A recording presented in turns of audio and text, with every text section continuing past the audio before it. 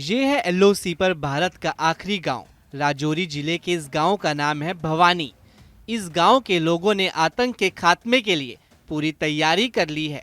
गांव के लोगों ने युद्ध के दौरान रहने के लिए बनाए गए बंकरों में 3 महीने का सामान इकट्ठा कर लिया है।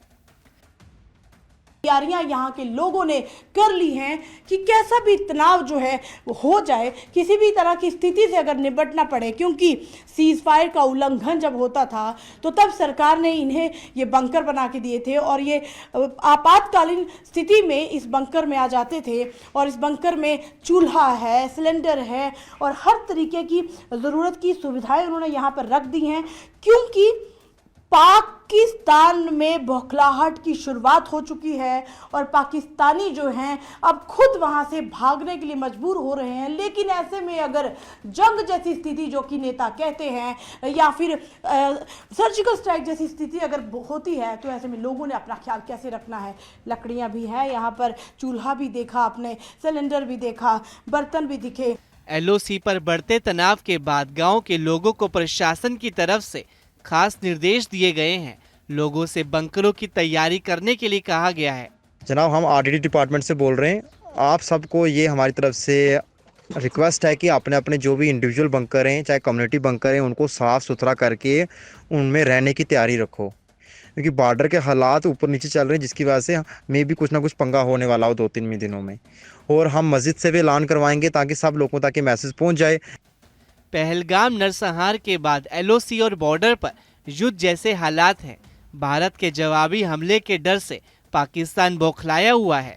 सीमा पार से गोलाबारी हो रही है, जिसका जवाब भारतीय सेना दोगुनी ताकत से दे रही है।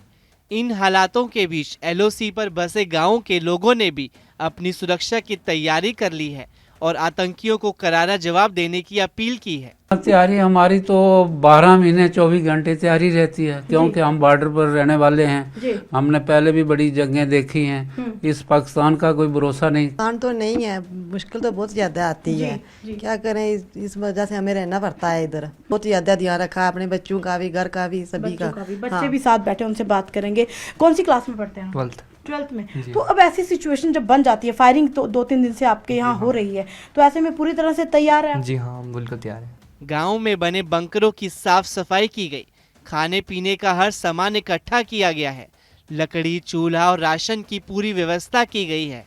गांव के लोग आतंकियों को सबक सिखाने के लिए बंकरों में रहने के लिए तैयार हो गए हैं। कायराना हरकत की है मिलिटेंटों ने, इनका जो है मुंह तोड़ जवाब देगी हमारी सरकार।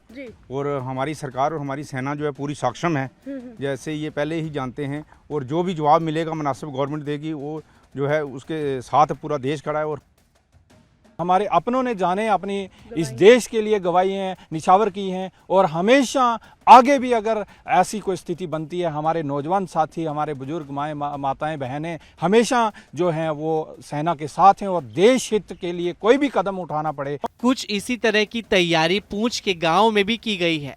ये जो बंकर है ये ज़मीन के 10 फुट अंदर है, नीचे है, बहुत मजबूत बंकर है ये। पाकिस्तान का जब भी फायर आता है इस एरिया में तो हम इस बंकर में आ जाते हैं। हम बिल्कुल सेफ रहते हैं। आज दिन तक कोई नुकसान नहीं हुआ और आज के बाद भी नहीं होगा। ठीक है, हम बिल्कुल इसके अंदर सेफ बैठे हैं। ये बहुत मजबूत है, एक बुलेट प्रूफ बंकर है ये ज़मीन के अंदर। एलओसी के हालात बता रहे हैं कि भारत पाकिस्तान को बड़ा सबक सिखाने के लिए तैयारी कर चुका है और कभी भी भारत के बड़े एक्शन का नतीजा सामने आ सकता है।